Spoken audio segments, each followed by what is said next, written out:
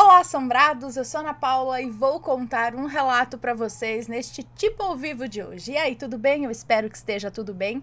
Já vou pedir para quê? Para você deixar o seu like neste vídeo e não se esqueça de fazer aquela visitinha na nossa loja virtual, a lojassombrada.com.br. Beleza? Temos camisetas que brilham no escuro, moletom, boné, caneca, o livro assombrado, a história do canal e também do casal. Temos a caixa assombrada, então fiquem ligadinhos na loja, tenho certeza que você vai achar alguma coisa que você vai amar. Essa camiseta aqui, ó. Bom, vamos então ao relato de hoje, que é este daqui, a redenção de uma alma. Vamos ver. Olá, Ana, me chamo Fulana, mas sei que serei chamada de Fulana. O relato é longo, os nomes das pessoas e lugares já estão trocados. Mandei esse relato em 2016, mas ele não estava completo, pois em 2021 foi que tudo foi esclarecido. Então resolvi editá-lo, pois os nomes do primeiro eram os reais, e mudei alguns detalhes para não ir para o proibidão. E então reenviá-lo, né? Bom, já pegou sua água, tudo mais, então vamos lá. Minha água tá aqui, ó. É uma história triste envolvendo o povo das sombras, ou, como dizia o meu primo, a sombra que se move. Parte 1. O tormento de uma vida. O que relatarei aconteceu na minha família com meu primo Júlio. Júlio era mais velho que eu, 5 meses exatos. Ele nasceu no dia 25 de janeiro e eu no dia 25 de junho de 81. Moramos na mesma rua até que fiz 5 anos e nos mudamos para outro município. Ele era um bebê típico de comercial da Johnson. Pensa num bebê lindo, olhos e cabelos pretinhos, pele super branca, bem gordinho, era sorridente e super dado aos outros. Ia com todo mundo, não estranhava ninguém, esticava os bracinhos para ir no colo de quem desse o mínimo sorriso para ele. Seu pai, o tio Miguel, que era irmão da minha mãe, era casado com a Lia. Eles estavam em melhor situação financeira que os meus pais. Por isso, quando eu estava para nascer, meu tio comprou todo o enxoval, berço e tudo o que eu pudesse precisar. Lia não gostava muito disso, mas quando a família dela precisava, o meu tio também não media esforços. E aos poucos ela foi se tornando grande amiga da minha mãe. Amizade que perdura até hoje. Quando eu nasci, precisei ficar internada por 7 dias. Minha mãe teve alta, mas os pontos inflamaram. Então, quando foi a minha vez de ter alta, 8 dias depois, foram eles que me buscaram e levaram para casa.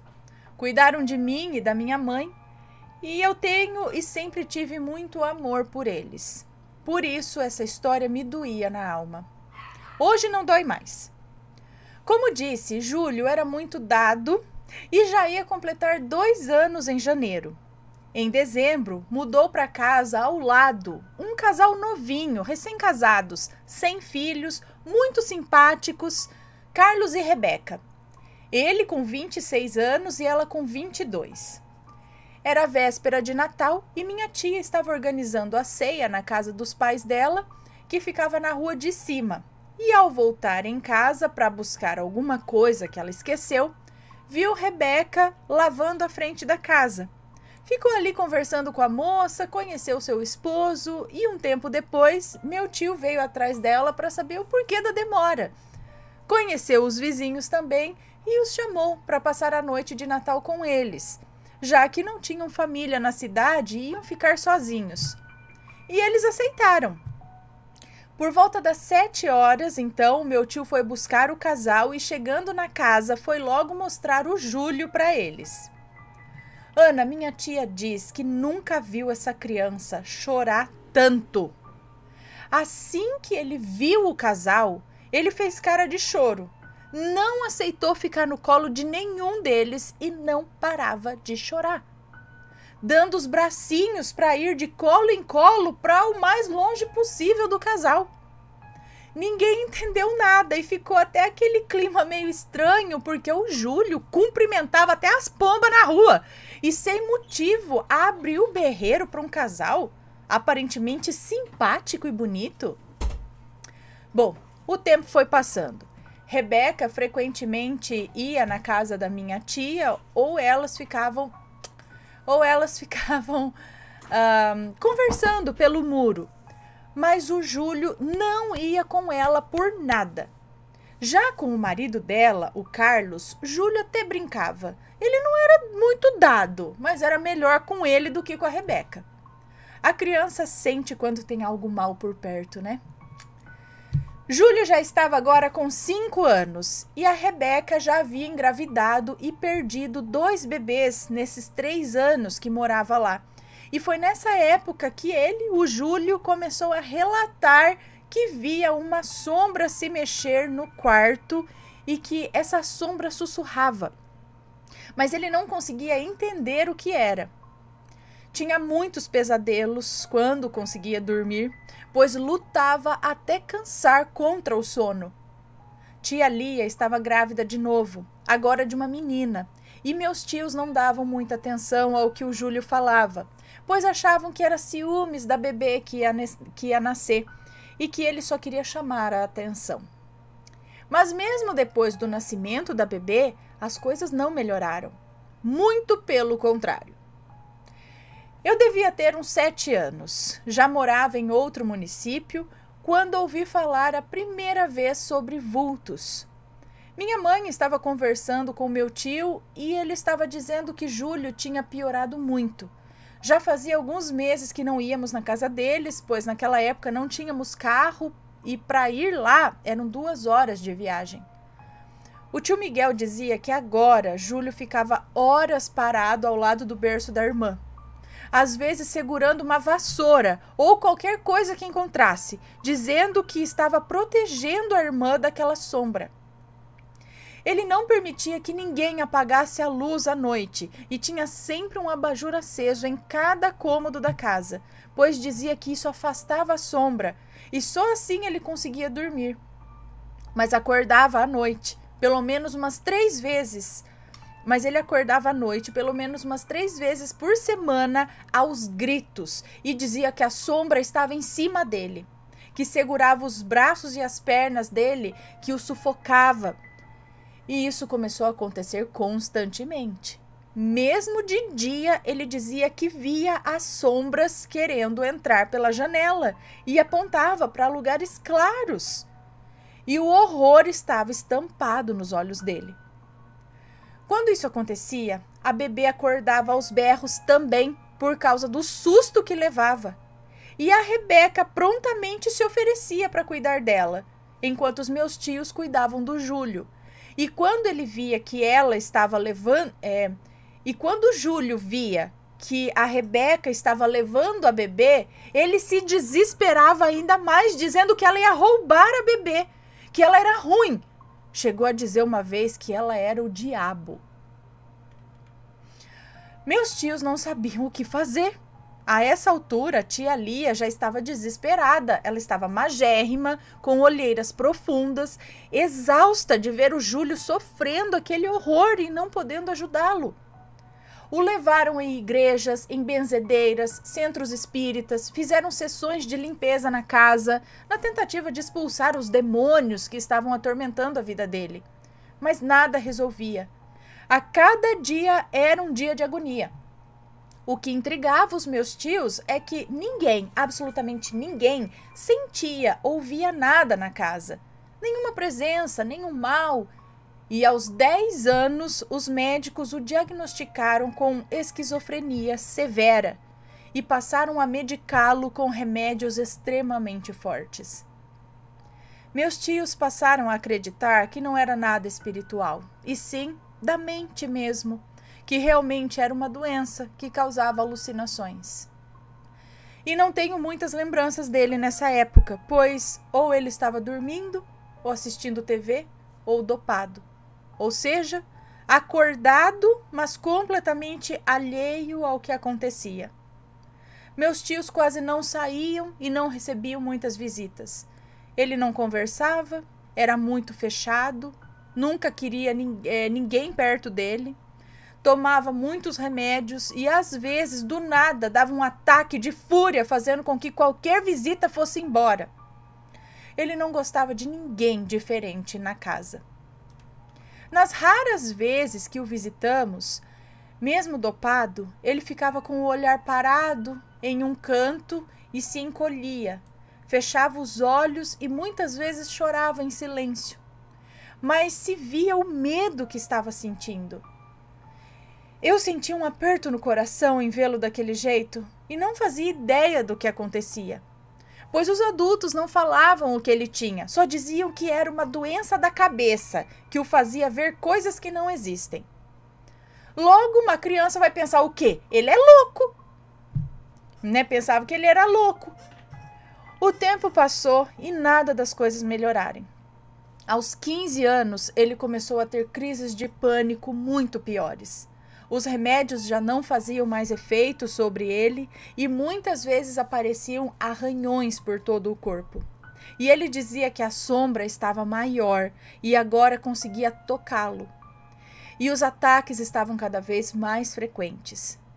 Meus tios não conseguiam contê-lo e os médicos passaram a administrar cada vez mais medicamentos para mantê-lo dormindo e queriam até interná-lo numa clínica psiquiátrica. Mas os meus tios jamais cogitaram isso e minha tia fez curso de enfermagem para poder cuidar dele em casa. Uma vez, a sua irmã, Érica, que nessa época tinha 10 anos, teve uma febre sem explicação e começou a convulsionar. Júlio começou a gritar e correr sem rumo pela casa, dizendo que o trato era não tocar em nenhum deles, que ele faria o que eles queriam, mas que não tocassem nela.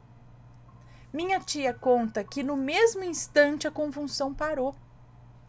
Mesmo assim, saíram correndo para o hospital e que ao chegar na porta, a Érica já estava ótima, como se nada tivesse acontecido. Érica disse que apenas começou a sentir calor e muito sono e de repente acordou no carro com a minha tia chorando em cima dela. Eles nem entraram no hospital, deram meia volta e voltaram para casa. Ao chegar em casa, foram falar com Júlio, querendo saber qual era esse trato, mas ele não contava e dizia que não precisavam se preocupar com ele, que todos ficariam bem.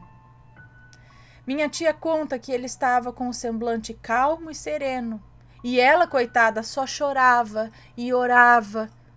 Ela tinha calos nos joelhos de tanto que ficava orando a Deus. Isso aconteceu quando ele tinha 16 anos. Inexplicavelmente, a partir daquele dia, as crises que ele tinha diminuíram consideravelmente. Aos 18 anos, os médicos diminuíram as doses dos remédios. Antes ele tomava 6 comprimidos, entre ansiolíticos, vitaminas e antidepressivos, e agora tomava apenas 2. Estava dormindo bem, estava calmo, mas às vezes ele tinha pesadelos e acordava suando, mas não gritava mais. Não tinha mais aqueles ataques de pânico e isso se manteve até os 21 anos. E meus tios resolveram comemorar o aniversário dele. Mas ele mantinha aquele semblante triste, sempre retraído e de pouca conversa. Fizeram a festa de aniversário e foi tudo bem. Foi legal.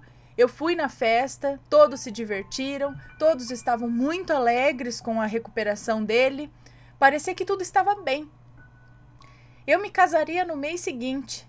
Apresentei meu noivo, Rogério, para ele e os dois se deram muito bem.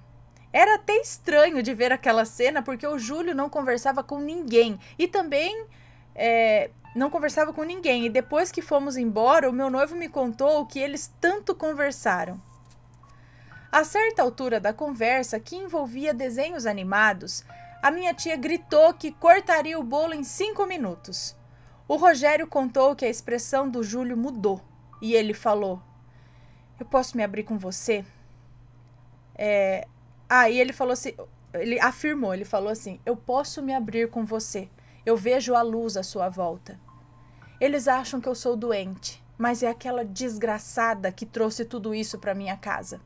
Se referindo à vizinha Rebeca, que estava perto deles. Sabia que ela pediu para a mulher de vermelho... ele está falando o seguinte. Sabia que ela pediu para a mulher de vermelho para fazer ele gostar dela? Mas não deu certo. Ele não aguentou e foi embora. Eu gostava dele, mas aquela mulher de vermelho estava sempre perto dele e ela me dava medo às vezes. Se referindo ao Carlos, há muito tempo ex-esposo da Rebeca. Rogério sempre estudou espiritualidade. Foi ele que me levou... ela tá falando do marido dela, né? Rogério sempre estudou espiritualidade e foi ele quem me levou no centro espírita e me apresentou essa doutrina que sigo até hoje. Intrigado, ele foi perguntando e se aprofundando no assunto com Júlio e perguntou: "E quem é essa mulher de vermelho e como você sabe disso?" E ele respondeu: "Eu não sei quem ela é. Ela nunca me disse seu nome, mas ninguém a vê. Eu acho que é um fantasma e só eu posso ver e foi ela que me contou. Ela não é ruim comigo, mas toda vez que eles brigavam, o Carlos e a Rebeca, eu sentia o perfume dela e escutava a risada alta e eu sabia que ela estava lá", respondeu o Júlio. E Rogério perguntou: "E essas sombras que você vê, o que elas querem com você? A mulher de vermelho nunca falou nada?" E ele respondeu: "Eu perguntei para ela, mas ela disse que isso foi culpa minha, mas eu não sei o que eu fiz. Ela diz que eu sei, mas eu não sei. Às vezes ela faz a sombra ir embora. Às vezes eu acho que ela é boa, mas ela faz o Carlos ir embora, mas ela fez o Carlos ir embora e ela assusta todos os namorados da Rebeca. Eu acho que ela não gosta da Rebeca." Antes que o Rogério pudesse perguntar mais alguma coisa, a minha tia chamou para cortar o bolo. Rogério até tentou argumentar com a minha tia que eles estavam se entendendo tanto. Tipo, espera mais um pouquinho. Ela disse que percebeu isso, mas estava ficando tarde. Foi justamente porque os dois estavam se entendendo que ela adiou por 2 horas o parabéns. Aí o Rogério ficou espantado, tipo, passou tudo isso? Pois para ele não fazia nem 15 minutos que eles estavam conversando. Durante esse tempo, eu ia até eles, ficava um pouco e saía, mas o Rogério não lembrava nem desses momentos. Bom, cantaram parabéns, cortaram o bolo e eu percebi o Rogério diferente. Ele estava inquieto e queria conversar mais com o Júlio. Mas assim que apagaram as velas, o Júlio ficou agitado e minha tia deu o remédio dele e logo depois ele foi ver TV. O Rogério até tentou continuar a conversa, mas o Júlio já estava agora alheio, com aquele olhar fixo na TV. Eu vi o olhar de desespero do meu noivo, como se tivesse perdido alguma coisa muito, mas muito importante mesmo. Foi um momento. Ali ele entendeu que o Júlio real, aquele que pensava e tinha discernimento das coisas, esteve presente por um momento. Tivemos que ir embora, a viagem era longa, 2 horas para chegar em casa. Meus pais já estavam impacientes, meus irmãos mortos de cansados e eu preocupada com a preocupação do Rogério, que eu conhecia tão bem, que mesmo calado e imóvel, eu sabia que tinha alguma coisa o incomodando. Só no dia seguinte ele contou essa história. Ana, nós contamos aos meus pais e aos meus tios a conversa entre Rogério e Júlio. Ninguém acreditou, ninguém acreditou. Disseram que era delírio do Júlio, que ele inventava histórias. Mas, Ana, de onde ele tiraria essas coisas?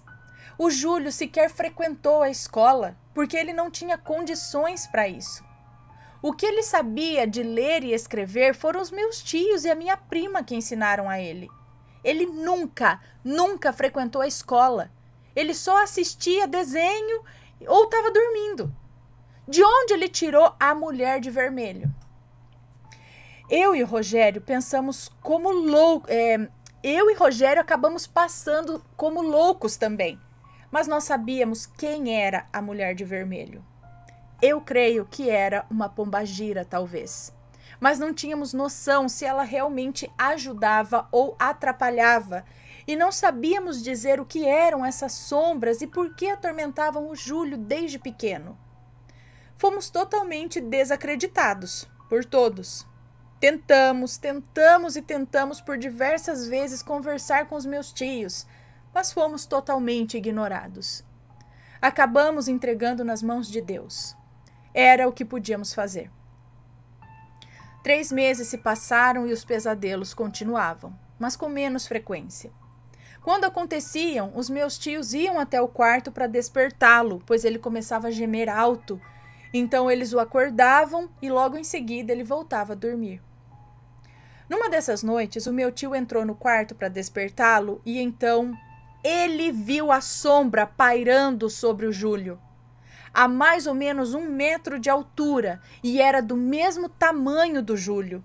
Era densa, grande, e o quarto não estava escuro. Havia um abajur aceso com uma luz azul clarinha, mas que iluminava todo o quarto, pois mesmo adulto e com menos crises, o Júlio sempre dormia com uma luz acesa. Então o tio Miguel viu claramente. Não tendo dúvidas do que via, ele disse que sentiu sua alma gelar e começou a gritar desesperado e viu a sombra se dissipar bem na frente de seus olhos. E no mesmo instante o meu primo acordou. Ele não sabia o que dizer nem o que fazer. E Júlio disse que era aquela sombra que o vinha atormentando desde pequeno e que ele a via todos os dias, mas às vezes ela ficava só observando e outras vezes o atacava. Por isso ele tinha tantos pesadelos. E que esses pesadelos eram sempre a mesma coisa. Um quarto escuro com muitas outras sombras que sugavam a energia. Que aquilo doía, mas eles mantinham a voz dele presa. Por isso ele não gritava mais. Depois desse dia, os meus tios começaram a ver alguns vultos em casa, mas o que podiam fazer além de rezar? Depois do que presenciaram, os meus tios passaram a revezar para dormir no mesmo quarto que ele. Meu tio foi o que mais presenciou esses ataques. Minha tia chegou a ver algumas vezes e então eles passaram a acreditar que aquilo não era doença da mente, aquilo era espiritual. Procurou mais uma vez por ajuda, de todos os tipos e em todos os lugares, mas ninguém ajudava de fato. Caíam nas mãos de charlatões,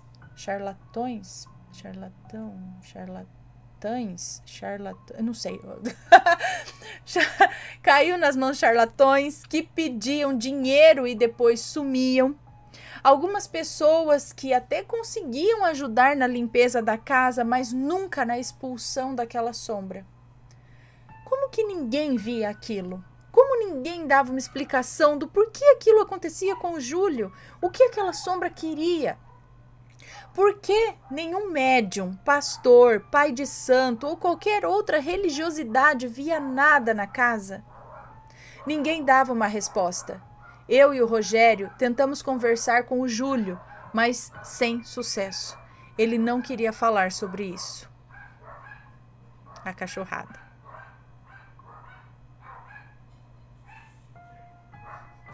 Só esperando o Matheus pedir para elas ficarem quietas. Ficaram. Bom, pouco tempo depois, eles resolveram mudar para um outro lugar bem distante para ver se isso parava. Pois começaram a acreditar que a sombra estava relacionada à casa ou à vizinha e foram morar em outro estado, acreditando que tudo ficaria bem. Os 3 meses seguintes foram sem pesadelos, sem sombras, sem medo de dormir. Porém, um dia, do nada, Júlio acordou aos gritos, dizendo que estava cansado de tudo aquilo, que aquele tormento tinha que acabar logo, e perguntando por que Deus permitia uma coisa dessas e o que ele havia feito de tão grave para merecer isso. E os ataques noturnos e de pânico voltaram. Uma semana depois, ele acabou tirando a própria vida.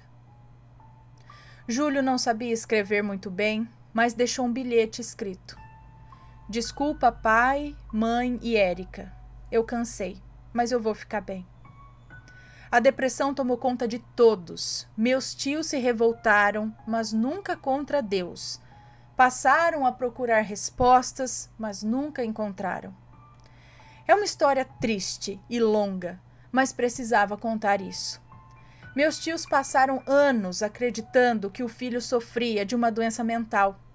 Mas eles presenciaram os ataques não só uma vez, mas várias vezes. E o que os atormenta até hoje é não saber se depois da morte ele teve descanso e se está tudo bem agora. O que era aquela sombra e por que o atormentou a tal ponto de fazer com que a morte fosse o alívio para tanto sofrimento? Hoje eles se agarram à religião para não enlouquecer. Eles são espíritas, mas as sequelas que isso deixou na alma deles é enorme. Aqui acabaria o relato, mas parte 2, a redenção de uma alma. Ana, mandei esse relato em 2016. Eu acho que em 2016, eu acho. E no ano passado, em 2021, veio a conclusão e a explicação de tudo isso. Meus tios foram visitar uma prima no Nordeste. Durante a viagem, foram conhecer o centro espírita da cidade, coisa que eles faziam em todos os lugares que iam. E lá veio a revelação. Durante a palestra, o rapaz que estava lendo o Evangelho virou-se para minha tia e disse que precisava falar com ela, pois havia coisas a serem esclarecidas. Meus tios não entenderam nada, acharam que estavam sendo confundidos com alguém, mas aguardaram. E então o palestrante ficou inquieto e pediu para outra pessoa que continuasse em seu lugar e os levou para uma sala.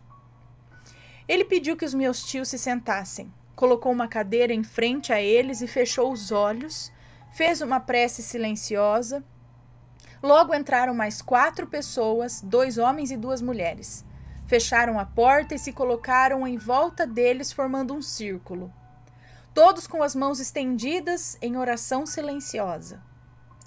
O médium pediu que eles fechassem os olhos. Fizeram uma prece a Deus e pediu que eles fechassem os olhos, fizessem uma prece a Deus e só abrissem os olhos quando ele pedisse. E assim eles fizeram. Então aconteceu o inesperado. O médium disse: "Oi, mãe. Oi, pai. Abram os olhos."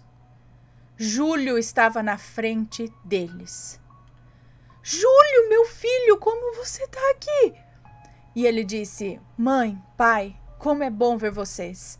Me desculpe por tudo isso. Vocês não mereciam passar por todo esse sofrimento. Mas vocês estavam lá. Eu vi vocês e vocês me viram. Por isso estamos aqui." Meus tios não entenderam o que significava ou o que significa essa última frase. Na frente deles estava Júlio. Eles não viam mais o médium. Eles viam seu filho. Não conseguiram se conter e o abraçaram. Os 3 choraram, abraçados por um longo tempo sem dizer nada. Então Júlio disse: "Eu estou bem agora. Sigo ajudando aqueles que tanto prejudiquei." "Como assim, Júlio? Você nunca fez mal a ninguém," disse Lia. "Mãe, a senhora sabe que temos muitas oportunidades de evoluirmos nessas existências, que somos bons em umas, somos maus em outras, e colhemos os frutos em outras, sejam bons ou maus. Há muitas existências. Eu venho colhendo os frutos e vocês me ajudaram em mais uma etapa e eu agradeço por não me abandonarem. Eu evoluí muito, sacrifiquei a minha vida para que vocês fossem poupados. Não foi um ato de desespero, pai. Como o Senhor sempre diz, foi um ato de amor por vocês e por minha querida irmã." E aí eles disseram: "Você não precisava fazer isso," o meu tio disse entre soluços. E ele respondeu: "Pai, tem coisas que são inexplicáveis agora, são doloridas, machucam. Mas há uma razão e uma consequência. Os frutos são colhidos. Fiquem em paz." Júlio deu um beijo na mão de seus pais, se afastou e se foi. Meus tios contam que viram o médium voltando às suas feições e estavam em choque. Ele então foi amparado pelos outros 3, trouxeram água para os meus tios que não conseguiam parar de chorar, tinham muitas perguntas, não estavam entendendo nada, estavam atordoados. Passado um tempo, o médium voltou e começaram a conversar. Ele disse que há cerca de 1 mês, os seus mentores o avisaram que um espírito resgatado estava pronto para agradecer e acalentar o coração dos que o haviam ajudado. Que tudo estava sendo preparado no plano espiritual para que acontecesse o encontro no físico e que ele seria o vínculo, e que quando o dia chegasse, ele os reconheceria. Que ele precisava se preparar física e espiritualmente, pois apesar de rápido, o encontro seria intenso. E assim se deu. Quando os meus tios entraram no salão, ele os reconheceu na hora, pois havia sido mostrado a ele. Sentiu a urgência do momento e passou a palestra a outro. Todos daquela casa sabiam e esperavam por esse momento. Ele disse que Júlio era um espírito muito antigo, que entregava suas vidas às trevas, sempre em busca de riquezas. Fazia muito mal a quem fosse, por quem pagasse mais. Vida após vida, o ciclo se repetia. Ele aceitava voltar e queria evoluir, mas seu espírito sempre sucumbia. Sua alma estava quase perdida e mais uma vez ele aceitou voltar. Dessa vez com a ajuda de 3 espíritos que ele amava muito, as únicas pessoas a quem ele tinha amor genuíno. Suas filhas, Lia e Érica, e o irmão, Miguel. Esse foi o amor que o motivou a mudar e aceitar as consequências de tanto mal praticado por tantas vezes. As sombras que ele via eram de espíritos que queriam vingança, que queriam que ele sucumbisse ao mal novamente para que sua alma se perdesse. Mas por vocês, por suas incessantes orações e pelo amor incondicional que nunca os deixaram desistir, ele se manteve firme a fim de evoluir e hoje busca resgatar essas almas. Um trabalho extremamente árduo e que levará muito tempo. A mulher de vermelho não tinha relação alguma com tudo isso, mas ela protegia a menina do olhar invejoso da vizinha, que não podia conceber uma criança, e também ao Júlio, pois sentia afeição por ele, apesar de todo o mal que causava onde foi chamada. Entendeu?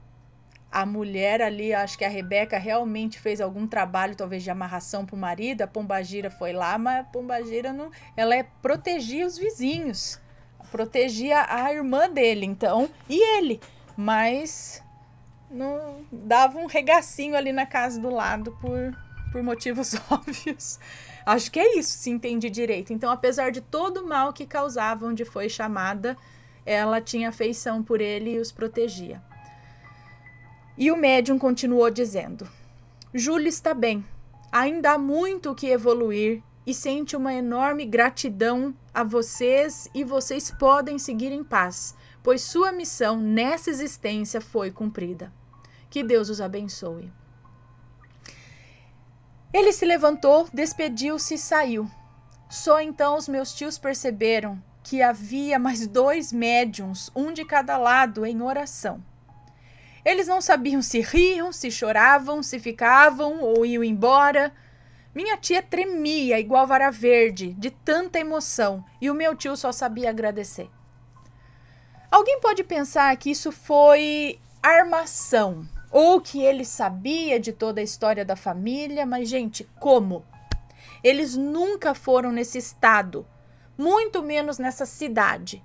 Ninguém da família frequentava esse centro e pouquíssimas pessoas sabiam desses detalhes, principalmente da mulher de vermelho, pois o Júlio contou isso só ao meu noivo na época e ninguém acreditou. Acharam que era só mais uma alucinação dele. Tanto que os meus tios ficaram confusos e só lembraram disso horas depois da mulher de vermelho, tendo aí mais uma confirmação de que tudo era verdade. Quando os meus tios contaram tudo isso que aconteceu no centro, foi um misto de emoções que nem sei definir, e agora, escrevendo, eu sinto mais gratidão e mais amor dentro de mim. E é isso que move o mundo. Mesmo frequentando o centro espírita há anos, sempre tive minhas dúvidas quanto ao outro lado. Mas isso tudo me mudou muito e hoje vejo o mundo e as pessoas ao meu redor com outros olhos.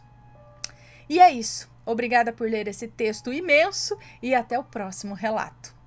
Mandei esse relato para os meus tios antes de enviá-lo a vocês. Cada palavra é fiel ao que ela guarda em seu coração. Beijos a todos. Um beijo para vocês todos. Muito obrigada por compartilhar essa história. E, gente, até no meio do relato eu tinha uns comentários para fazer, mas agora não tem mais. Só fiquem aí com esse relato e com o pensamento de vocês mesmo. Porque tá tudo escrito aí. Pessoal, espero que tenham gostado. Um grande beijo e a gente se vê no próximo relato. Fui.